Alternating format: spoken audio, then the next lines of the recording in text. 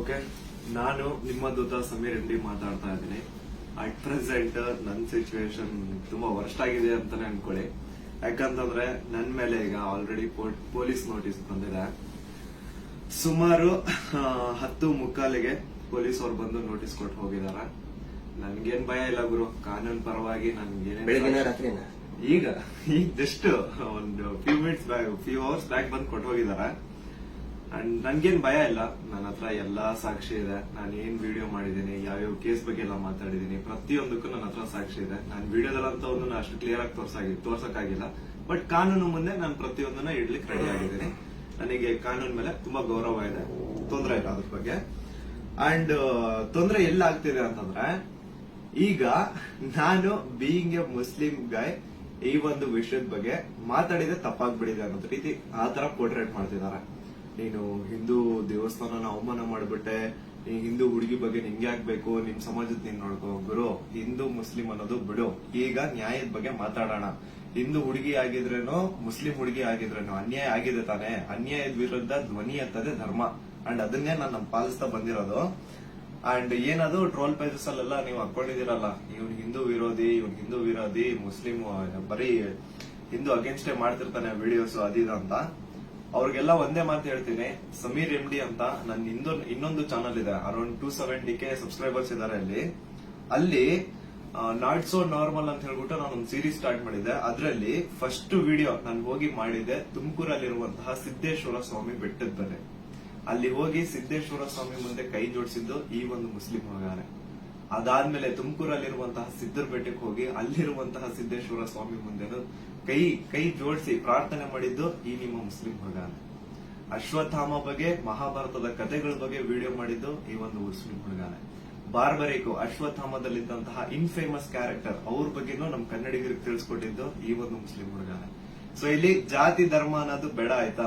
ಅಶ್ವತ್ಥಾಮ ಬಗ್ಗೆ ಓದಿದ್ರೆ ಸರ್ ಎಲ್ಲ ಅಲ್ಲಿ ವಿಡಿಯೋ ನೋಡಿ ಸರ್. ನಾನು ಇಂತ ಡೀಟೇಲ್ ಬಿಟ್ಟಿಲ್ಲ ಅಂತ ಏನಿಲ್ಲ ಸರ್, ಎಲ್ಲದನ್ನು ಮಹಾಭಾರತದ ಕುರುಕ್ಷೇತ್ರ ಯುದ್ಧದಲ್ಲಿ ಕೌರವರ ಪರವಾಗಿ ಹೋರಾಡಿದವರು ದ್ರೋಣಾಚಾರ್ಯನ ಮಗ.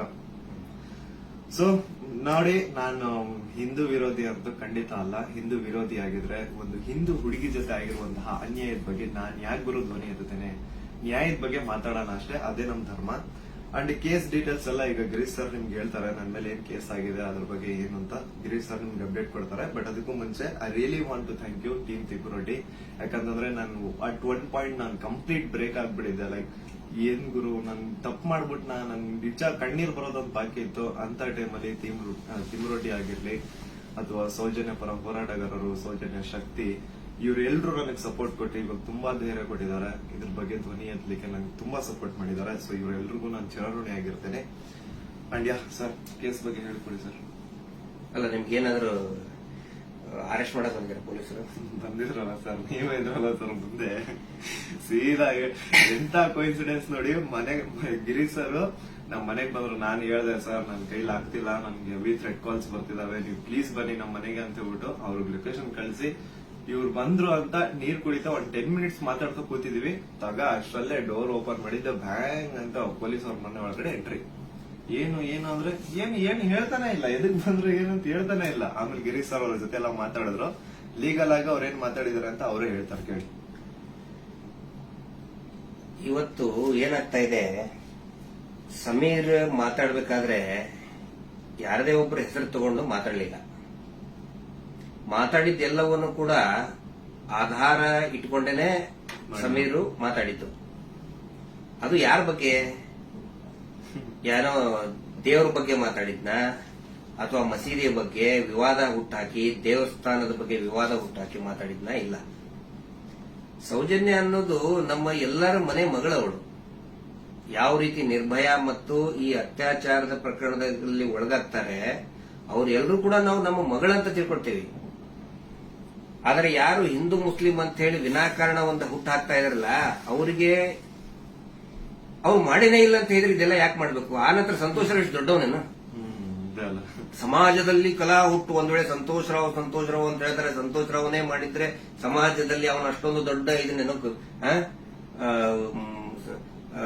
ಪೂರ್ತಿಯಾಗಿ ಒಂದಿಷ್ಟು ಜನ ಕರೆಸಿ ಏನೇನೋ ಮಾಡಿಸಿ ಟ್ರೋಲ್ ಮಾಡಿಸುವಂತ ದೊಡ್ಡವನ. ಇದನ್ನ ಜನರು ಅರ್ಥ ಮಾಡ್ಕೋಬೇಕು. ನಾನು ಪ್ರತಿಯೊಬ್ಬ ಜನಸಾಮಾನ್ಯರಿಗೂ ವಿನಂತಿ ಮಾಡ್ಕೊಳ್ತಾ ಇದ್ದೇನೆ, ಸೌಜನ್ಯಳನ್ನ ನಿಮ್ಮ ಮನೆ ಮಗಳಂತ ತಿಳ್ಕೊಳ್ಳಿ. ನಾವು ಅದೇ ರೀತಿ ತಿಳ್ಕೊಂಡಿದ್ದು. ಆನಂತರ ನಮ್ಮ ಅಕ್ಕನೋ ತಂಗಿನೋ ಏನಾದ್ರೂ ನೀವು ತಿಳ್ಕೊಳ್ಳಿ. ಸೌಜನ್ಯಳಂತೆ ಅನೇಕ ಹೆಣ್ಮಕ್ಳು ಅಲ್ಲಿ ಜೀವ ತೆತ್ತಿದ್ದಾರೆ, ಅತ್ಯಾಚಾರದಿಂದ ಕೊಲೆ ಆಗಿದ್ದಾರೆ. ಆನಂತರ ಇವತ್ತಿಗೂ ಕೂಡ ನಮ್ಮ ದೇಶದಲ್ಲಿ ಪ್ರತಿ 27 ನಿಮಿಷಕ್ಕೆ ಒಂದು ಅತ್ಯಾಚಾರ ಆಗ್ತಾ ಇದೆ. ಆ ಒಂದು ಲಿಸ್ಟ್ ಅಲ್ಲಿ ನಮ್ಮ ಮನೆ ಹೆಣ್ಮಕ್ಳು ಆ 27 ಇದನ್ನ ನಿಮಿಷದ ಕ್ಯೂನಲ್ಲಿ ನಮ್ಮ ಮನೆ ಹೆಣ್ಮಕ್ಳು ನಿಂತ್ಕೋಬಾರ್ದು. ಒಂದು ಈವ್ ಟೀಸಿಂಗ್ ಆಗಿ ಮೊನ್ನೆ ಮುಂಬೈಯಲ್ಲಿ ಒಂದು ಹೆಣ್ಮಗಳು ತಪ್ಪಿಸ್ಕೊಳ್ಳೋದಕ್ಕೆ ಹೋಗಿ ಸತ್ತಿದ್ದಾಳೆ ಪಾಪ, ಆಕ್ಸಿಡೆಂಟ್ ಆಗಿ, ಮುಂಬೈ ರೋಡ್ ಆಕ್ಸಿಡೆಂಟ್ ಆಗಿ. ಈವ್ ಟೀಸಿಂಗ್ ನಮ್ಗೆ ಏನ್ ಅನ್ಸುತ್ತೆ, ಅವ್ರು ಎಲ್ಲರೂ ಕೂಡ ಏನೋ ನಮ್ಗೆ ನಮ್ಮ ಮನೆಯ ಮಕ್ಕಳವರು, ನಮ್ಮ ಏನೋ ನಮ್ಗೆ, ಯಾಕಂದ್ರೆ ಎಲ್ಲ ಹೆಣ್ಮಕ್ಳ ಜೊತೆಗೆ ನಾವು ಬೆಳೆದವರು. ಸಮೀರ್ ಅವ್ರಿಗೆ ಇಲ್ಲಿ ಮಧ್ಯಾಹ್ನ ಅವ್ರಿಗೆ, ಸಮೀರ್ ಇದಕ್ಕಿಂತ ಮುಂಚೆ ಏನಾದ್ರು ಗೊತ್ತಾನ? ಇನ್ನೊಂದು ವಿಷಯ ನಾನು ಕ್ಲಾರಿಫೈ ಮಾಡ್ಬಿಡ್ತೀನಿ. ಎಲ್ರು ಏನ್ ಅನ್ಕೊಂಡ್ಬಿಟ್ಟಿದ್ದಾರೆ ಅಂತಂದ್ರೆ ಇವ್ರೆ ನನಗೆ ಹೇಳಿ ವಿಡಿಯೋ ಮಾಡ್ತಿದಾರೆ ಅಂತ. ದೇವ್ರಾಣೆಗೆ ಹೇಳ್ತೀನಿ, ಸರ್ ಸುಮ್ಮನೆ ಸರ್, ಅಲ್ಲಾ ಮೇಲೆ ಆಣೆ ಮಾಡ್ಬಿಟ್ಟು ಹೇಳ್ತಿದ್ದೀನಿ, ರಂಜಾನ್ ಟೈಮಲ್ಲಿ ಹೇಳ್ತಿದ್ದೀನಿ. ಇವ್ರಿಗಾಗ್ಲಿ ನನ್ಗಾಗ್ಲಿ ಯಾವುದೇ ತರ ಲಿಂಕ್ ಇರ್ಲಿಲ್ಲ ಗುರು. ಸೌಜನ್ಯ ವಿಡಿಯೋ ಮಾಡೋದಕ್ಕಿಂತ ಮುಂಚೆ ಇವ್ರಿಗೂ ನನ್ಗೂ ಯಾವುದೇ ತರ ಲಿಂಕ್ ಇರ್ಲಿಲ್ಲ. ಸೌಜನ್ಯ ವಿಡಿಯೋ ಯಾವಾಗ 1 ಮಿಲಿಯನ್ ಕ್ರಾಸ್ ಮಾಡ್ತೋ ನನ್ನ ಕೈ ಕಾಲ್ ನಡಗಕ್ ಸ್ಟಾರ್ಟ್ ಆಗ್ಬಿಡ್ತು. ಯಾಕಂತಂದ್ರೆ ಡೆತ್ ಕಾಲ್ಸ್ ಬರ್ತಾನೆ ಇದಾವೆ. ನನ್ ಮನೆ ಅಡ್ರೆಸ್ ಲೀಕ್ ಮಾಡ್ಬಿಟ್ರು, ನನ್ ಪರ್ಸನಲ್ ಡೀಟೇಲ್ಸ್ ಲೀಕ್ ಮಾಡ್ಬಿಟ್ರು. ನನ್ಗೆ ಯಾವಾಗ ನನ್ ಮನೆಗ್ ಬಂದು ಅಟ್ಯಾಕ್ ಮಾಡ್ಬಿಡ್ತಾನೋ ಗೊತ್ತಿಲ್ಲ. ಎಲ್ಲಿ ಹೋಗೋಣ ಅಂತ ಗೊತ್ತಾಗ್ತಾ ಇಲ್ಲ. ಪೊಲೀಸ್ ಅವ್ರ ಕಡೆ ಹೋದ್ರೆ ಪ್ರೊಟೆಕ್ಷನ್ ಸಿಗುತ್ತಾ ಇಲ್ಲ, ಗ್ಯಾರಂಟಿ ಇಲ್ಲ. ಏನ್ ಮಾಡ್ಬೇಕಂತ ಅರ್ಥ ಆಗಿಲ್ಲ. ಆಗ ನಾನ್ ರೀಚ್ ಔಟ್ ಮಾಡಿದ್ದೆ ಟೀಮ್ ತಿಮ್ರೋಟಿ ಅವ್ರಿಗೆ. ಸರ್ ನನ್ಗೆ ಈ ತರ ಆಗ್ತಿದೆ, ಪ್ಲೀಸ್ ನಿಮ್ ಕಡೆ ಸಪೋರ್ಟ್ ಬೇಕು, ನಂಗೆ ಸಪೋರ್ಟ್ ಮಾಡಿ ಅಂತ ಕೇಳಿದ ತಕ್ಷಣ ಇಮ್ಮಿಡಿಯೇಟ್ಲಿ ಅವ್ರು ನನ್ನ ನಂಬರ್ನ ತಗೊಂಡು ನನಗೆ ಕಾಲ್ ಮಾಡಿ ನಿಮ್ ಜೊತೆಗೆ ನಾವ್ ಇದೀವಿ ಅಂತ ಧೈರ್ಯ ಕೊಟ್ರು. ಅಂಡ್ ಅರೌಂಡ್ ನನ್ ಮೇಲೆ ಪೊಲೀಸ್ ನೋಟಿಸ್ ಆಗಿದ್ರು ಸ್ಟಿಲ್ ಇವರೇ ನನ್ಗೊಬ್ಬ ಅಡ್ವೊಕೇಟ್ ನ ಹುಡುಕಿ ನಾವು ನಿಮ್ ಜೊತೆಗಿದೀವಿ, ನೀವ್ ತಲೆನೇ ಕೆಡ್ಸ್ಕೋಬೇಡಿ ಅಂತ. ಈಗ ನೋಡಿ ಅರೌಂಡ್ ಮಿಡ್ ನೈಟ್ 1:00 ಆಗ್ತಿದೆ, ಅಡ್ವೊಕೇಟ್ ಅವ್ರ ಆಫೀಸಲ್ಲಿ ಕೂತಿದೀವಿ. ಸೊ ಯಾ ಸಾಹಸ ಪಟ್ರು ನನ್ನ ಅರೆಸ್ಟ್ ಮಾಡ್ಲಿಕ್ಕೆ. ಅಲ್ಲ, ಸಮೀರ್ ಮಾತಾಡಿದ್ದು ನೂರಾರು ಜನ ಸೌಜನ್ಯ ಹೋರಾಟಗಾರರು ಏನ್ ಕೇಳ್ತಾ ಇದ್ದಾರೆ ಮತ್ತು ಜನಸಾಮಾನ್ಯರು ಹೋರಾಟದ ಜೊತೆಗೆ ಗುರುತಿಸಿಕೊಳ್ಳದೇನೆ ಅನೇಕ ಜನಸಾಮಾನ್ಯರಿಗೆ ಒಂದು ಹಂಬಲ ಇದೆ, ನ್ಯಾಯದ ಹಂಬಲ. ಅದೇ ಮಾತನ್ನೇ ಸಮೀರ್ ಮಾತಾಡಿದ್ದು. ಅವ್ರನ್ನ ಅರೆಸ್ಟ್ ಮಾಡೋದಕ್ಕೆ ಬಳ್ಳಾರಿಯಿಂದ ಬಂದಿದ್ದಾರೆ ಇವತ್ತು. ಅರೆಸ್ಟ್ ಮಾಡ್ಕೊಂಡು ಹೋಗ್ತೀವಿ ಅಂತ ಹೇಳಿ. ಆದ್ರೆ ನಾವು ಕನ್ವಿನ್ಸ್ ಮಾಡಿದ್ವಿ ಬಳ್ಳಾರಿಯ SP ಅವರಿಗೆ ಮತ್ತು ಬಳ್ಳಾರಿಯ ಕೌಲ್ ಬಜಾರ್ ಠಾಣಾಧಿಕಾರಿಗಳಿಗೆ, ಆನಂತರ ಬೆಂಗಳೂರು ಗ್ರಾಮಾಂತರ SP ಸಾಹೇಬರಿಗೆ ಮತ್ತು ಇಲ್ಲಿಯಂತ ಸ್ಥಳೀಯ ಪೊಲೀಸ್ ಅಧಿಕಾರಿಗಳಿಗೆ, ಬೆಂಗಳೂರು ಶಹರದ ಯಾವುದು ಔಲಹಳ್ಳಿಯ ಅಧಿಕಾರಿಗಳಿಗೆ ನಾವು ಕನ್ವಿನ್ಸ್ ಮಾಡಿ ಹೇಳಿದ್ವಿ. ಆಮೇಲೆ ಅವರು ಕನ್ವಿನ್ಸ್ ಆಗಿದ್ದಾರೆ. ಹಿಂಗಾಗಿ ನಾವು ಅವರಿಗೆ ಧನ್ಯವಾದಗಳನ್ನು ಕೂಡ ಹೇಳ್ತೇವೆ. ಯಾಕಂದ್ರೆ ನಾವು ಕರೆಕ್ಟ್ ಆಗಿ ಎಕ್ಸ್ಪ್ಲೇನ್ ಮಾಡಿದೀವಿ. ಯಾವ ಕಾರಣಕ್ಕೂ ಕೂಡ ನಾವು ತನಿಖೆಯಿಂದ ತಪ್ಪಿಸ್ಕೊಳ್ಳುವಂತ ಮಾತೇ ಇಲ್ಲ. ಯಾಕಂದ್ರೆ ಇಲ್ಲಿ ಯಾರು ಕಳ್ಳದ್ ಮಾಡಿಲ್ಲ, ಸುಳ್ತನ ಹೇಳಿಲ್ಲ, ಅತ್ಯಾಚಾರ ಮಾಡಿದವರಲ್ಲ. ಅತ್ಯಾಚಾರ ಮಾಡಿದವರೇ ದೊಡ್ಡದಾಗಿ ರಾಜ್ಯಸಭಾ ಮೆಂಬರು ಅದು ಇದು ಅಂತ ಹೇಳ್ಕೊಂಡು ದೊಡ್ಡದಾಗಿ ಕಿಸಿತಾ ಇದ್ದಾರೆ, ಅಲ್ಲಿ ಕಿಸಿತಾರೆ. ಅದರ ವಿರುದ್ಧ ಮಾತಾಡದಂತವ್ರು ನಾವು ಯಾವ ಕಾರಣಕ್ಕೂ ಹೆದರುವಂತ ಅವಶ್ಯಕತೆ ಇಲ್ಲ. ಇದೇ ಮಾತನ್ನು ಹೇಳಿದೇವೆ ಸರ್, ಸಮೀರ್ ಖಂಡಿತ ಬರ್ತಾನೆ, ಎಲ್ಲಾ ರೀತಿಯಂತರೂ ಕೂಡ ಸಹಕಾರ ಕೊಡ್ತೀವಿ ಅಂತ ಹೇಳಿದ್ದಕ್ಕೆ ಕನ್ವಿನ್ಸ್ ಆಗಿದ್ದಾರೆ. ನಮ್ಮ ಉದ್ದೇಶ ಏನಂದ್ರೆ ಇದರಿಂದ ಇವರು ಮಾಡ್ತಾ ಇದಾರಲ್ಲ, ಏನು ಹಿಂದೂ ಮುಸ್ಲಿಂ ಅಂತ ಮಾಡ್ತಾ ಇದಾರಲ್ಲ, ಈ ನಮ್ಮ ರಾಜ್ಯದಲ್ಲಿ ಕಲಹ ಆಗಬಾರ್ದು. ಅತ್ಯಾಚಾರ ಪ್ರಕರಣದ ಹೋರಾಟ, ಸೌಜನ್ಯ ಹೋರಾಟ, ಎಲ್ಲಾ ಧರ್ಮಗಳನ್ನು ನಾವು ಸೇರಿಸ್ತಾ ಇದೀವಿ. ಎಲ್ಲಾ ಜಾತಿ ಪಂಥಗಳನ್ನ ಮತಗಳನ್ನ ಸೇರಿಸುವಂತ ಕೆಲಸ ನಾವು ಮಾಡ್ತಾ ಇದೀವಿ. ಆದ್ರೆ ಇವರು ಡಿವೈಡ್ ಮಾಡ್ತಾ ಇದ್ದಾರೆ. ಯಾಕಂತ ಹೇಳಿದ್ರೆ ನೋಡಿ, ಸಮೀರ್ ಈ ಹೆಸರನ್ನೇ ಹೇಳಿಲ್ಲ. ಹಾಗಿದ್ರೆ ಎಷ್ಟೋ ಜನಕ್ಕೆ ಸಮೀರ್ ಡೌಟ್ ಇತ್ತು, ಯಾರು ಮಾಡಿದ್ದಾರೆ, ಇವ್ರು ಹೌದೋ ಅಲ್ಲೋ. ಈ ಧರ್ಮೋದ್ಯಮಿಗಳು ಕುಟುಂಬ, ದೊಡ್ಡ ಪ್ರಭಾವಿಗಳ ಕುಟುಂಬ, ಅವ್ರ ಬಗ್ಗೆ ಗೌರವ ಇತ್ತು. ಇವತ್ತು ಯಾವಾಗ ನಿಮ್ಮ ವಿರುದ್ಧ ಇಡೀ ಪೂರ್ತಿಯಾಗಿ ಇವರು ಕೆಟ್ಟದಾಗಿ ಕೆಲವು ಜನ ಟ್ರೋಲ್ ಮಾಡಕ್ ಸ್ಟಾರ್ಟ್ ಮಾಡಿದ್ರು, ಎಲ್ಲರಿಗೂ ಕನ್ಫರ್ಮ್ ಆಯ್ತು ಇವರೇ ಮಾಡಿದ್ದು, ನಾವೇ ಮಾಡಿದೀವಿ ಅಂತ ಅವರೇ ಬಟ್ಟೆ ಬಿಚ್ಕೊಳ್ತಾ ಇದ್ದಾರೆ. ನಾವು ಸೌಜನ್ಯ ಬೆತ್ತಲೆ ಮಾಡ್ತಾಳ ಅಂತ ಹೇಳಿದ್ರೆ ಇವರೇ ಬೆತ್ತಲೆಯಾಗಿ ಹೋಗ್ತಾ ಇದ್ದಾರೆ.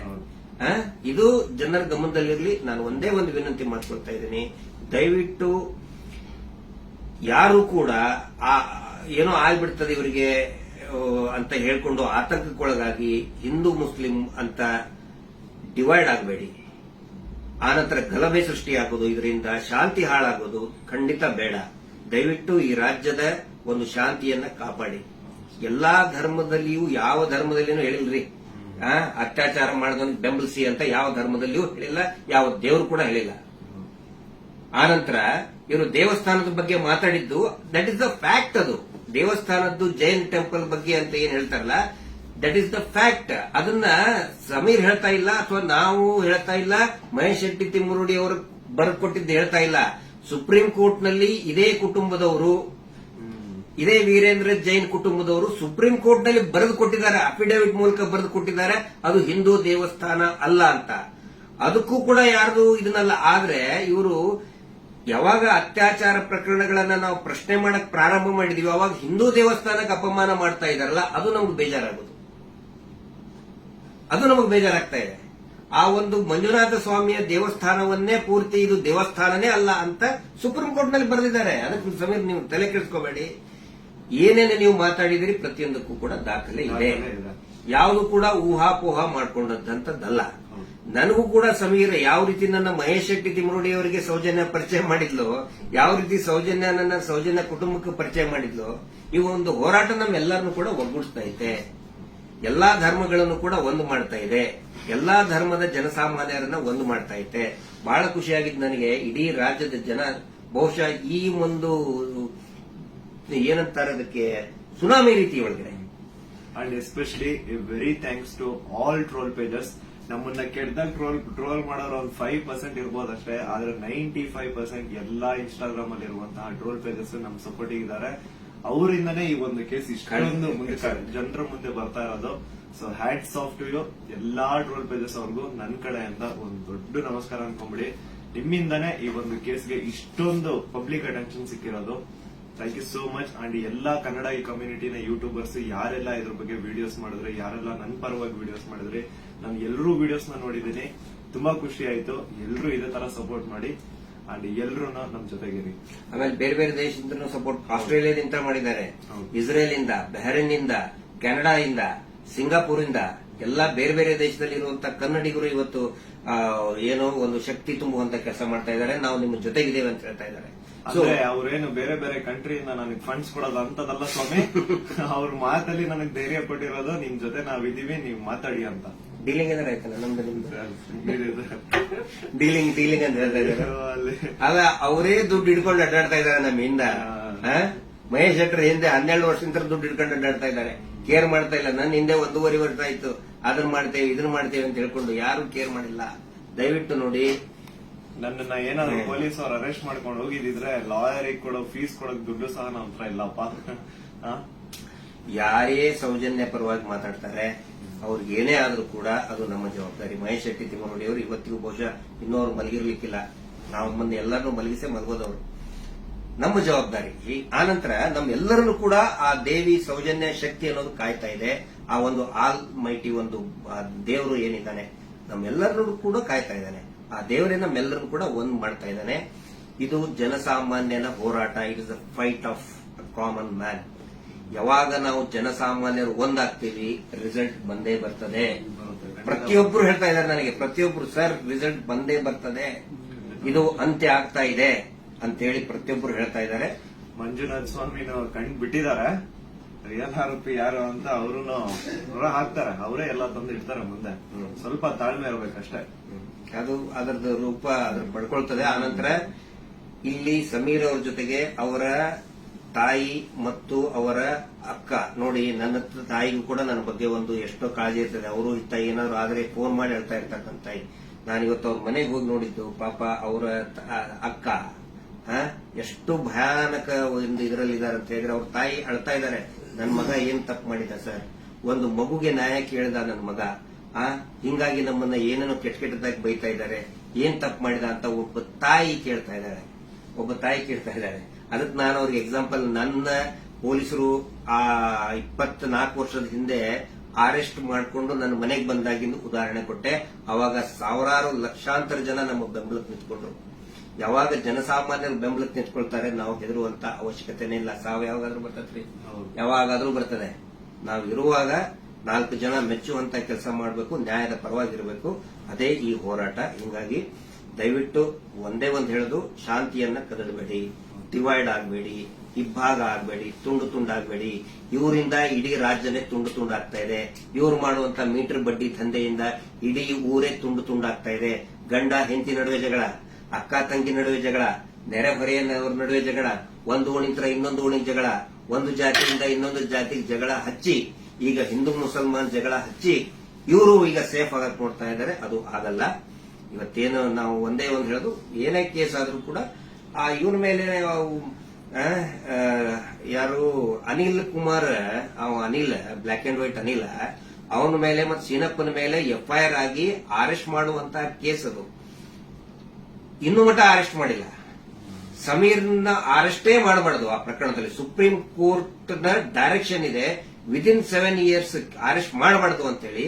ಆದ್ರೂ ಕೂಡ ಇವರು ಬಳ್ಳಾರಿ ಹತ್ರ ಬಂದಿದ್ದಾರೆ. ಬಟ್ ಫೈನಲಿ ಎಸ್, ಪೊಲೀಸ್ ಆಫೀಸರ್ಸ್ಗಳು, ಹಿರಿಯ ಅಧಿಕಾರಿಗಳು ಒಪ್ಪಿದ್ದಾರೆ. ಸೊ ನಾವು ಸಹಕಾರವನ್ನು ಕೊಡ್ತೀವಿ. ಆದ್ರೆ ಸುಮೋಟೋ ಮಾಡ್ಕೊಂಡ್ರಲ್ಲ, ಈ ಸುಗ್ರೀವಾಜ್ಞೆಯಲ್ಲಿ ಮೀಟರ್ ಬಡ್ಡಿ ದಂಧೆ ಯಾರು ಮಾಡ್ತಾರೆ, ಸೋಮೋಟೋ ಮಾಡ್ಕೊಳ್ಳಿ, ಸ್ವಯಂ ಪ್ರೇರಿತವಾಗಿ ದಾಖಲೆ ಮಾಡ್ಕೊಳ್ಳಿ ಅಂತ ಹೇಳಿ ಸುಗ್ರೀವಾಜ್ಞೆ ಆದರೂ ಇವತ್ತಿನವರೆಗೂ ಕೂಡ ಒಂದೇ ಒಂದು ಸೋಮೋಟೋ ಕೇಸ್ ಮಾಡ್ಕೊಂಡಿಲ್ಲ. ಪಾಪ ಸಮೀರನ ಮೇಲೆ ಸೋಮೋಟೋ ಕೇಸ್ ಮಾಡ್ಕೊಂಡಿದ್ದಾರೆ. ಇದು ನಮಗೆ ಬೇಜಾರಾಗ್ತದೆ. ಈ ಎಲ್ಲಾ ವಿಷಯಗಳನ್ನ ನಾವು ಜನರ ಮುಂದೆ ಇಡ್ತಾ ಇದ್ದೀವಿ. ಸಮೀರ್ ಪೊಲೀಸ್ ಸ್ಟೇಷನ್ಗೆ ಎನ್ಕ್ವೈರಿಗೆ ಹೋಗ್ತಾರೆ, ಆ ವಿಚಾರಣೆಗೆ ಹೋಗ್ತಾರೆ.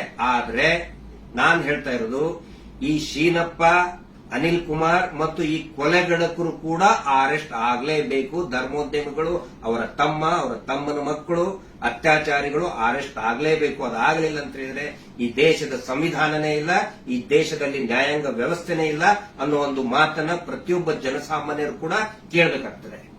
ದಯವಿಟ್ಟು ಕೊನೆಯದಾಗಿ ರಾತ್ರಿ ಎಷ್ಟು 1:10 ಆಯಿತು. ಇದನ್ನ ಟ್ರಾನ್ಸ್ಪರೆಂಟ್ ಆಗಿ ನಾವು ಜನರ ಮುಂದೆ ನಾವು ಇಡಬೇಕಾಗುತ್ತೆ. ಸಮೀರ್ ಅವರ ತಾಯಿಗೆ, ಅವರ ಕುಟುಂಬದವರಿಗೆ, ಅವರ ಅಕ್ಕನಿಗೆ ಮತ್ತು ಇಡೀ ಅವರ ಎಂಟೈರ್ ಫ್ಯಾಮಿಲಿಗೆ ತಮ್ಮೆಲ್ಲರ ಒಂದು ಸಹಕಾರ ಇರಲಿ. ಸೌಜನ್ಯ ಹೋರಾಟಕ್ಕೂ ಕೂಡ ಇದೇ ರೀತಿಯಾದಂತಹ ತಮ್ಮ ಜನಸಾಮಾನ್ಯರ ಒಂದು ಬೆಂಬಲ ಇರಲಿ ಅಂತ ಹೇಳಿ ಇವತ್ತಿನ ಲೈವ್ ಅನ್ನ ಮುಕ್ತಾಯ ಮಾಡ್ತಾ ಇದ್ದೀವಿ. Justice for Soujanya.